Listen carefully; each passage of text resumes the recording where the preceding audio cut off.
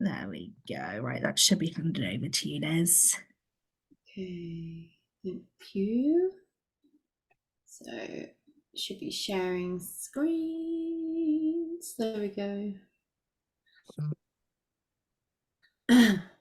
Oh, goes black for a while.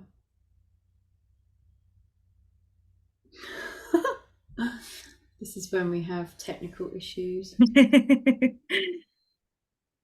I could see it a Man. second ago, but there you go.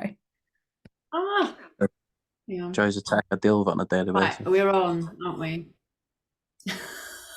Yeah. Yay! So can you see? Right, I'm going to press play, and then we should hopefully not go black again. I don't know why it's doing that. Ah, voila. Okay. Joe's attack, I deal with it on a daily basis. Yeah, sorry. So welcome, I'm Liz Yelling. If you haven't met me before, I used to be an elite athlete and have done London several times as an elite. I've also ran as part of the masses, and I coach a whole range of people. I'm also coaching Richard Whitehead, the double leg amputee, who's also going to be doing London with you guys this year as well. He just did Tokyo at the weekend too. So love coaching people, love encouraging people and helping them get it right for race day. So today we're talking about race day ready. So this is to do with everything in the build up and around getting you ready for race day, what to understand about race day psychologically, but also physically what's going to happen to you, and kind of get that prepared. And I think if you know what's going to happen, you're less likely to feel scared or worried. Preparation is key with these things. So as the marathon draws in, I think this Sunday will be 7 weeks out, which means you're only got about 4 or 5 more weeks of tough training. And I know the long runs are starting to build up now and getting quite tough. So I know where you're at. March is going to be a tough month, and then you'll start to take your foot off the gas as you taper into the marathon. When you start to come into the taper phase in your marathon, that's when it starts to get a bit real. That's when it starts to play on your mind a lot more, and the reality of the marathon is just around the corner. But have a little think about how far you've come on this marathon journey. If you think back about 4 months ago, how fit you were and how much fitter you are now, you have already come a long, long way. Even people who are super experienced runners still have to go through the process of getting fitter and getting marathon fit. And if you've never run a marathon before, or you've never run before, then you will have come a super long way. So congratulate yourself for that. It's an awesome achievement. One, committing to a marathon, but then getting the training done. It's a big feat, and the fact that you're doing it is awesome. So a pat on the back to you. Have a little think about what are your main concerns for race day. Hopefully by the end of this talk, I will have put your minds at ease about a lot of those things. And if not, we'll have the opportunity for questions at the end. So if you want to put the question in the chat while I'm talking, so you don't forget it, you can do that. Or at the end, you can unmute yourselves and ask questions. There's going to be lots of feelings in and around race day, and this triggers, the race day triggers lots more emotion as you kind of build up in that final week. And you're going to be nervous. That's completely normal. You might be very, very excited. The fact that you've banked all that training and race day is really close.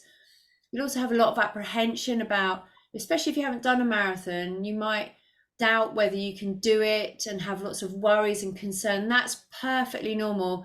Even the elite athletes have concerns about whether they can go distance.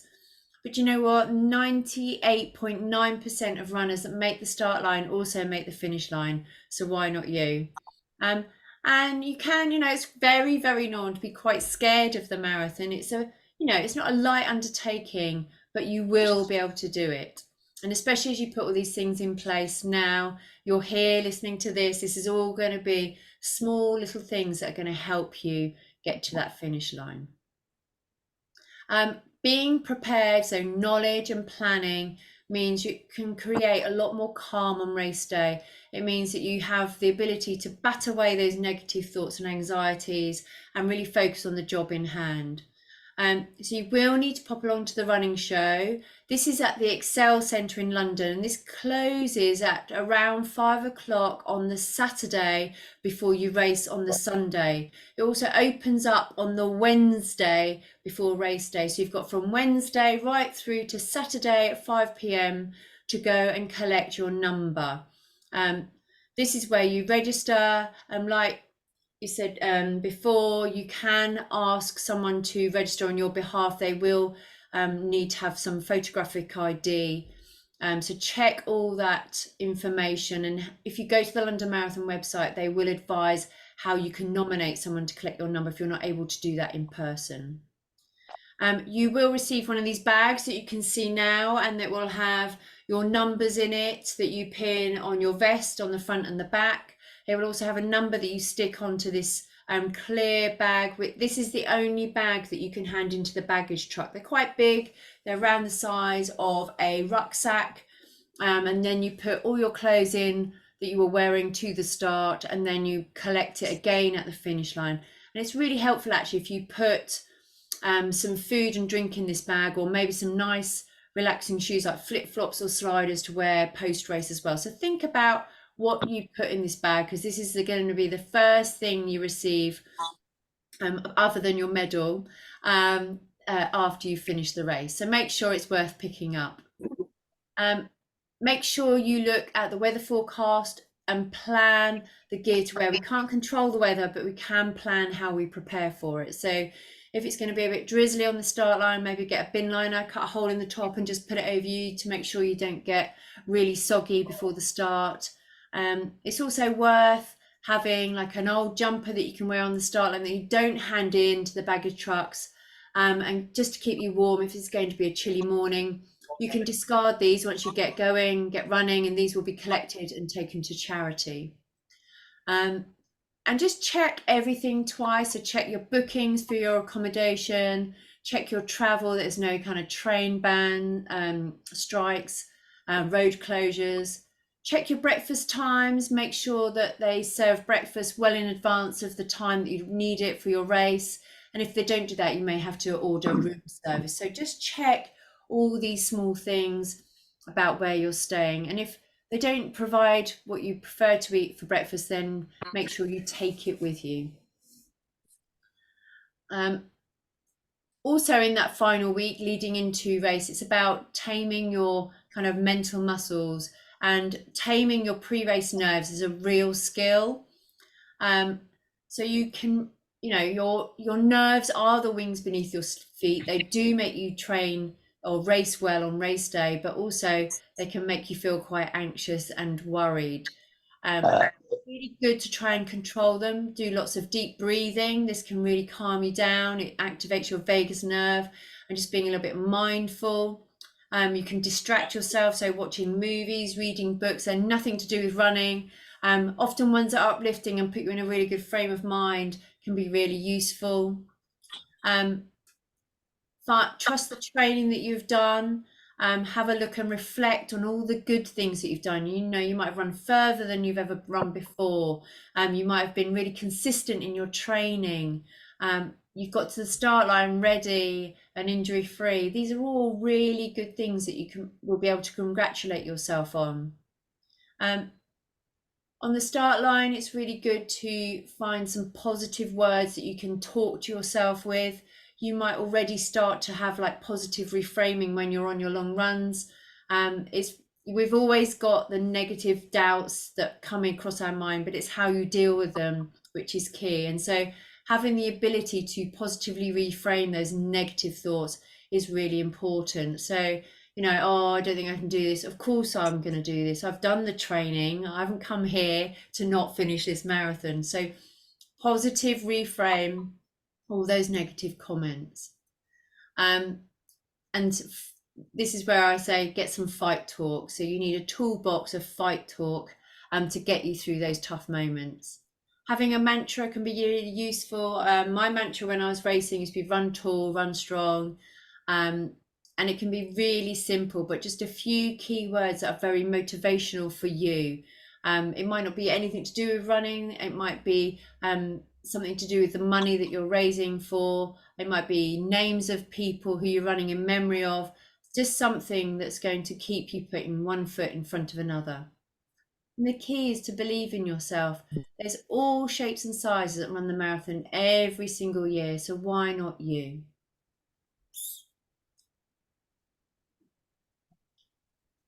Have a little think about what your main goal is for a race day. It's really important you have a goal.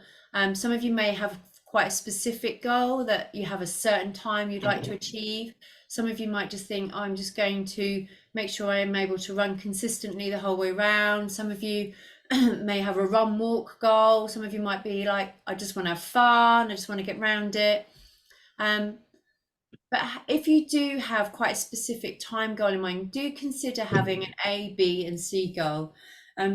This can be really useful in terms of taking the pressure off yourself and also giving you a window to aim for rather than a pinpoint accuracy. So your A goal might be your dream goal, something you want to achieve running around. Your B goal might be something a bit slower, maybe 5 minutes slower, and then your C goal might be 5 or 10 minutes slower than that. So if you have such a pinpoint goal that you want to achieve, you either achieve it or you don't.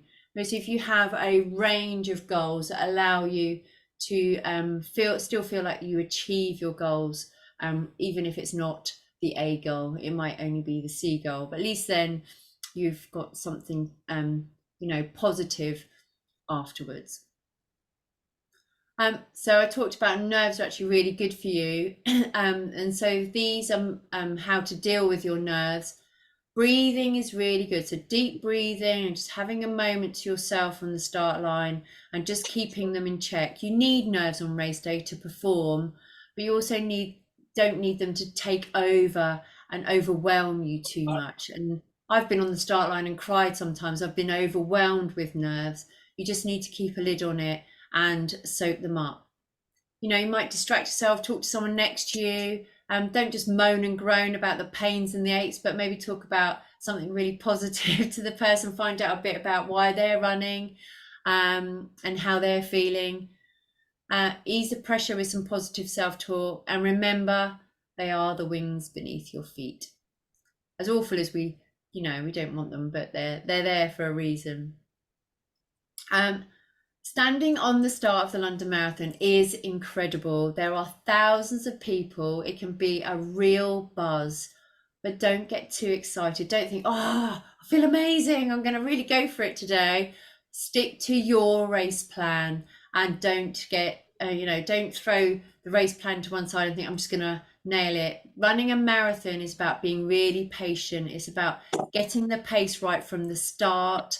You can't bank time in a marathon and then think you can just ease off in the second half. It doesn't work like that. The goal should be to run at an even pace. And if you feel good at 20 miles, then's the time to cash in on that extra energy, not in the first 6 miles. When the gun first goes off, some of you will be held in pens for your time, and they'll obviously let the faster runners out first into the start area and they will set off. So you may need to wait for your pen to be released into the start area. Don't stress though, because your chip will not be activated until you cross the start line. So make sure you walk, you conserve energy, you get some space around you. And then once you cross the start line, that's when your race starts. And now with the wave system, there isn't as much congestion around the start area, that you tend to be able to get into your race pace fairly quickly now. Start your watch when you cross the start line and stick to your race plan, making sure you're checking your mile splits against the mile markers on the course. Garmin's and pace predictors don't really work that well when you're running around London because so many people are using them, and often as a runner you run a little bit more than the 26.2 miles unless you're following that blue line precisely, which is really difficult in the crowded streets of London. And remember, poor pacing does make for a tricky second half. So just be really realistic about your expectations of time and have an idea what that looks like. Even if you're going to run 7 hours, make sure you're running at 7-hour pace from the go. It's really important that you get that right and you practice that in your training now. We all need mental strategies to help us get round. One that I used to do was to break the course down into manageable chunks. When you're stood on the start line and you think, oh my, I'm going to run 26.2 miles, it feels so overwhelming. But if you break it down into much smaller bits and you focus on just that section, it can feel much easier. You can use the landmarks around the course to break that up for you. So you've got Cotty-Sark, I think just after 6 miles, Tower Bridge just before the halfway marker, the Isle of Dogs, you've got Canary Wharf, then you're back along the embankment to Tower Bridge, then you've got Big Ben and the Houses of Parliament, and then you race up towards Buckingham Palace. There's plenty on the course and you can break that course down into different sections.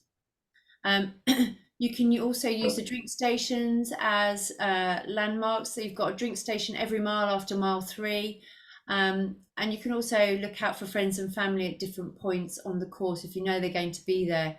I will say if you are going to have friends and family, try and make sure they've got something that you can pull out of a crowd. So whether that's a helium balloon or they're all wearing the same colour, or they've got a big banner, just something that makes it easier for you to see them in a crowd, because it really is busy around those streets, as you can see in the picture there.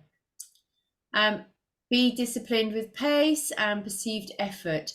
Remember, the first half of your marathon should feel easy. If you're struggling after mile 1, you really need to dial back that pace and run nicely and controlled. You should be able to have a conversation. Once you get to halfway, that's when it really starts to then your perceived effort will change. Even if you run the same pace, your perceived effort will gradually creep up throughout the marathon. So be really disciplined in the first half and keep it nice and easy. Now, lots of people ask me this question. They're always asking about the wall. What is the wall? Am I going to hit it? How can I not hit it? Lots of people think hitting the wall in a marathon is inevitable. But often hitting the wall means you've got something wrong. So there are lots of things you can do to try and avoid hitting the wall. One can be inadequate training. So if you are following a training plan and you're doing at least 3 runs a week or 2 runs a week and some cross training as a minimum, then you will be adequately trained. If you've had not been able to train as much due to injury or illness, then you might just need to adjust your expectations on race day so you're not running too quick for your fitness levels. Starting too fast means you'll drain your energy stores too quickly and you're more likely to hit the wall. If you don't taper, you start tired on the start line, then you're more likely to hit fatigue sooner. And if you don't fuel and hydrate pre-race or during the race, you will also hit the wall. And hitting the wall means that you've run out of energy and your body switches from using glycogen as fuel and uses your fats to burn, and you can't access your fats for energy as quickly, so you need to run slower for your body to do that, and you feel a little bit fuzzy headed. If you do hit the wall, the key is to keep moving, maybe walk, go slower, and try and get some fuel on board. You need fuel, not water. So Lucozade Sport is on the course. I think there is a Lucozade Sport at mile 23. And there's some gels on the course there as well. So getting all these things right before race day means that you're going to feel much better during the race and you're going to enjoy it much more.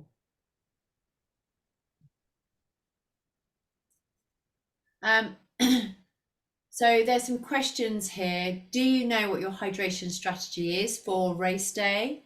And are you practicing that in your training right now? In those long runs that are starting to build up, are you starting to take on a little bit of fluid while you're running?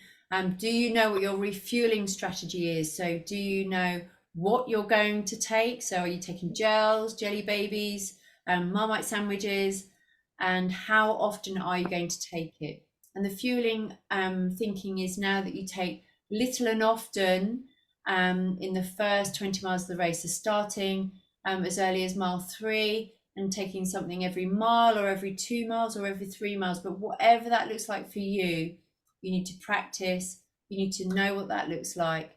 And you need a way of carrying your fuel with you if you decide to use something other than what's on the course. So there are Lucozade sports stations. I think they start at mile 9. They do the orange fluid in 500ml bottles. And there's 5 of those stations, and there's also 2 gel stations. So if you check out the London Marathon website, you'll be able to find out where they are. But if you need to add to that, or you want to take something different, then make sure you're practicing with that. So the taper, what is it? So tapering means there's a reduction in the volume of your running, and as race day draws closer, the intensity of the running that you do. Maintaining running frequency is good. It means you're still going out. It still means you can check your body and check how you're feeling, but you're doing much less as race day draws closer. And this means when you rest down before a big event, your body comes to a peak. So it means you perform super well. The taper also involves nutrition, so making sure you're resting, eating well, hydrating, you're practicing positive mental strategies, and that all means you're going to come to the start line feeling super ready for marathon race day. Yeah. The goal of your taper is to maintain your fitness. You're not trying to get fitter in those final 2 weeks. It means your muscles are going to be much more rested, and you'll feel much fresher on the start line. You're far better to be undercooked on the start line than overcooked and tired. And if your muscles are more rested, you're more likely to feel better during the race. Any lingering fatigue will just hold you back and makes you more susceptible to hitting the wall. So how do you taper? If you're following a good, training plan, it should have a taper in it. The long run is the first thing to taper. So typically your long run should taper 3 or 4 weeks out from race day. And then the rest of your training week should start to taper from 2 weeks out. So 2 weeks out is normally about 60% of your biggest week, and the final week as little as 30%. So sometimes my runs were only 15 minutes long, but they were just little easy jogs, just trying to check that I felt okay and trying to put my mind at rest, that the little niggle that I'm imagining isn't really a little niggle. But I would still run frequently. So I used to run twice a day as an elite athlete. I still run twice a day, but they might only be 15-minute jogs. And that's just to keep everything firing up and feeling good. And before you know it, you'll turn off the embankment, you'll see Big Ben, and you'll be in the final section of the marathon.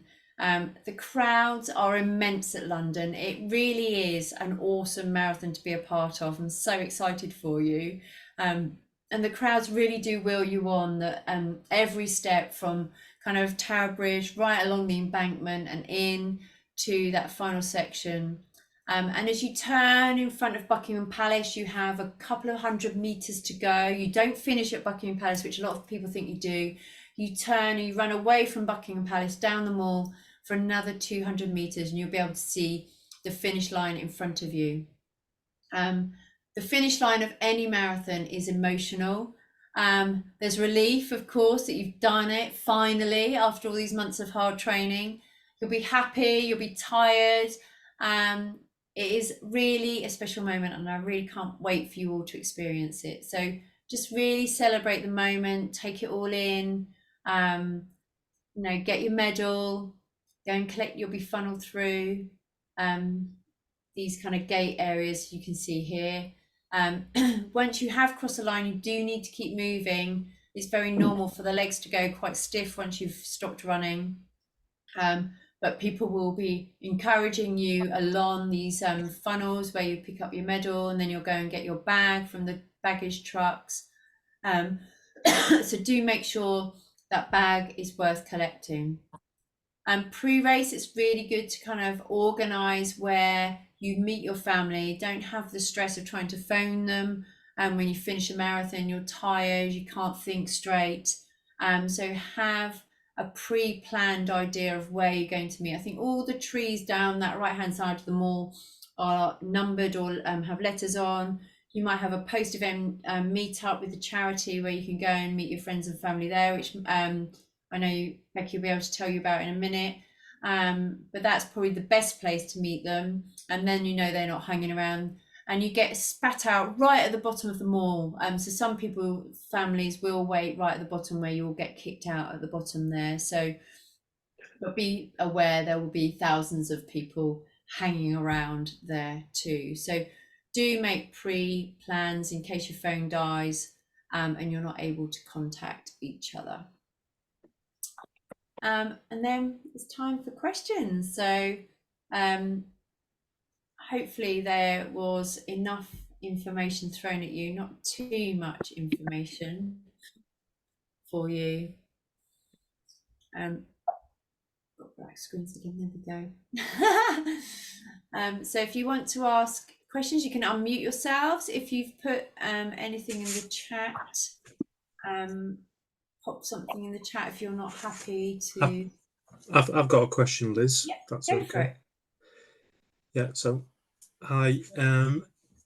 So I'm struggling now, unfortunately, with an injury. The last couple of weeks I've only picked this up. So it's not my first marathon. This will be my fourth marathon. Okay. Things were going fine. I got up to maybe just below half marathon distance. I did do Chicago in October, so I carried on some, if you like, light training between starting like an 18-week plan. But yeah, a couple of weeks ago, all of a sudden got a swelling around my right knee. It's not the first time I've had an injury coming up to a marathon, but before it's been like Achilles or muscle. But now my knee's swelled. Yeah. So I've tried to carry on running. I can run, but it's just tight. You know, I'm just concerned whether I might be doing some damage. But got myself checked in for a sports massage at the weekend to see if that will loosen it up. But any advice? What, you know, potentially I could taper now for a couple of weeks and maybe build up a bit if things feel better, or what would you think? Yeah, the key is not to push it too hard so you don't get to the start line. You could cross train. I don't know if you have access to a gym or a bike or swimming pool, but you could maybe do less running and swap out some of those runs for either swimming or jumping on the bike, and you're still using your cardiovascular fitness, so you're still keeping some fitness going. Sometimes also doing like more of a run walk plan, so you're spending time on feet. I've just had a coaching client who finished Tokyo with a run walk plan and did 4:15. So doing like she did a lot of hiking because she had a knee pain, and then ran sections that she could, so she was still spending time on feet but wasn't necessarily doing a lot of running. So it's just adjusting the training slightly, and actually she found after 2 or 3 weeks of doing that, the knee pain eased off and she was able to do a little bit more. So I do think you need to spend some time backing off and giving it a chance to heal itself. And I would definitely get the advice of maybe a sports physio and just ask them. And if you've got swelling, the knee will feel tight. So it's, why is it swelling? But I would give it a little bit, just a little bit of time. Less running, maybe just do one run a week on it, but use pain as a guide as well. You know, a body hurts, it's trying to tell us something. I mean, you're saying it doesn't necessarily hurt, you're still able to run on it, which for me sounds better than kind of just being super painful. I think its swelling is there for a reason. So listen to your body, maybe do some cross training and see if it enables you to run with less tightness. Okay, great. So, thank you very much. No worries. Thanks. Anyone else? Yeah, I can ask a question. Can you hear me okay? It's Bridget here. Yeah, I can hear you, Hi. Bridget. So again, similar situation, kind of starting to get a few niggles. I managed to do about 19 miles in kind of end of January, and since then I've just been a little bit sore. I've kind of been alternating fitness, like you said, kind of cycling, swimming, running. Do you think that's okay to kind of just not do any more long runs now? My main concern is that was, almost 6 weeks ago. I'm just wondering whether I should still try and cram in a longer run between now and the actual race day. Yeah, I would try and do a long run if you can, but you've got to kind of think about, well, if I do this long run, is it going to injure me? And am I going to be able to get to the start line? Or am I going to just maintain some cross training and fitness so I can get to the start line with some fitness and then just lower my expectations for race day? So it is a tricky balance. I would try like hiking again, like I told Steve, spending some time on feet but walking, and choosing a really hilly route so you're still getting heart rate up, but spending some time on feet and maybe being more tentative with the kind of run walking. So it's more of a walk with a few run sections and using pain as a guide.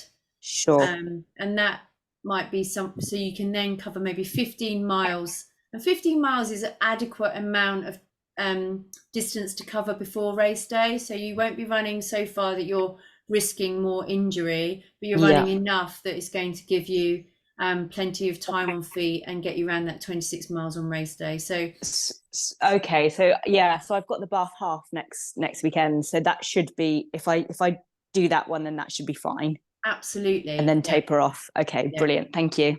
Definitely. There are a couple of questions in the chat as well, Liz. Yep. Okay, so we've got, we've done that one. Okay. There is 3 starts. You will be told which start line you'll be on once you collect your number. Typically, there's a red start and then there's a green and a blue start. One is the celeb start, which I can't remember, but the red start is usually the masses, lots of charity runners, and they start on that section, but your number will indicate which start you're on. It will be color coded, and all of your race information will be in that start pack that you collect from the running show, and it will tell you absolutely everything you need to know. And you'll be in your time zone. If you've given in a time, an expected time, you'll be bunched with a whole load of people who are running and aiming for a similar time. The starts are all within walking distance of each other. So once you aim, you get yourself over to Greenwich, and over in the start area, you can walk between the starts fairly easily. So don't worry, just keep an eye out on the maps. There will be plenty of maps in your pack to show you what that start area looks like, but you can also go along to the London Marathon website and they'll be on there as well. Is it too late to change your predicted start line? I don't know. I think you can try and contact the London Marathon and ask them. I know some people were still admitting their start times most recently, so it could be worth a try, but I do know they're super busy, and whether they'll be able to do that, I don't know. Yep, so Hayley's already answered that. Blisters. So if you do have blisters right now, to get a sterile needle, so that means either just putting it in a flame and a candle for a few seconds and making sure it cools down before you put it into your skin, but popping them with a needle and allowing them to dry out overnight, rather than leaving them inflated, just means it releases the pressure. And then using some talc in your socks can help prevent the friction, or either talc or rubbing your feet in Vaseline. I personally used to use talc and it worked really well, but it just depends what you prefer. Someone else, Jordan, I've missed a long run due to illness. Now I'm feeling better. Should I try and fit the long run in my training next week, or should I continue my... Okay, don't try and make up your training for stuff you've missed. So if you've managed to get back on your training plan, then stick with where the training plan is and just kind of follow on from there. Hope that makes sense. So yeah, don't try and make up for lost time. Anyone else? We've got like another 10 minutes if you want, so you can go for it. But if you're done and you want your dinner, you don't need to ask anymore. Anything about preparing or around race day?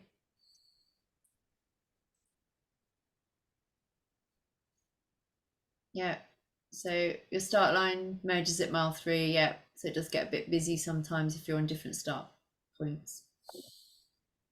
Yeah, thank you.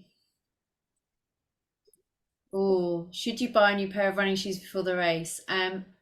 If you have a pair of running shoes now and they are really working for you, but they look quite tired and like they won't make race day, then now would be a good time to replace them.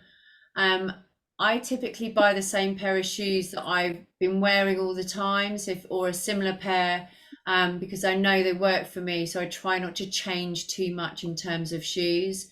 To try and stick to the similar pair. And then you've got time definitely now to wear those in for race day. Don't buy a new pair at the running show and then wear them the next day. I think I used to have boxes of the same shoes, and one marathon I took a box off the shelf. I traveled to Rotterdam, I put them on my feet, and they were a white pair of racing flats, but they were red when I finished. So yeah, don't wear a new pair of shoes on race day. Even if they're a type of shoe that you're really familiar with, they still need wearing in. Compression socks are a really individual thing. For me personally, I didn't like wearing them, and some people find they cause more problems because the compression doesn't really work well for them, can sometimes cause people more pain. Some people swear by them, so it really is an individual thing. If you train with them, you like the feel of them and they really work for you, there is some science behind them that they reduce fatigue and the vibration in the muscle, and so they can help. As long as they're not too tight, I think they can be a useful tool, but again, it can be individual. So really, it's something you need to try and test and see if you like him. Rules on headphones: you can have headphones at London, you are allowed to wear them. They can be really useful for those tough moments on the course to get you through. Just be aware that your phone or your device might run out of battery if you're running for a number of hours, so maybe save it for when you really need it to get you through tough moments. There are bands throughout the course, and there's a lot going on and a lot to take in when you're running around the London Marathon. So yes, take them, but I would save them for like the moments where you really need them. Anyone else?